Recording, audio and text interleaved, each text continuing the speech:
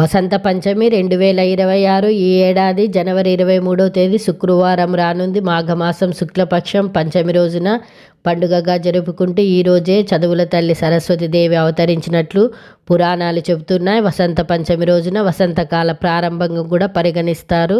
మాఘమాసంలో శుక్లపక్షం పంచమి రోజున ప్రకృతి వసంతానికి స్వాగతం పలికినట్లు భావిస్తారు. అందువల్ల ఈ పండుగను శ్రీ పంచమి అని కూడా పిలుస్తారు. వసంత పంచమి రోజున పసుపు రంగు దుస్తులు ధరిస్తే అదృష్టవంతం అవుతుందని నమ్మకం. ఇంట్లో అమ్మవారి పూజ నిర్వహించేటప్పుడు చక్కెర పొంగలి, పులిహోర, ఇతర ఇష్టమైన పానీయాలు, వంటకాలు నైవేద్యంగా సమర్పించాలి. ఈరోజు పిల్లలకు అక్షరాభ్యాసం చేయడము అత్యంత శుభప్రదంగా పరిగణించబడుతుంది.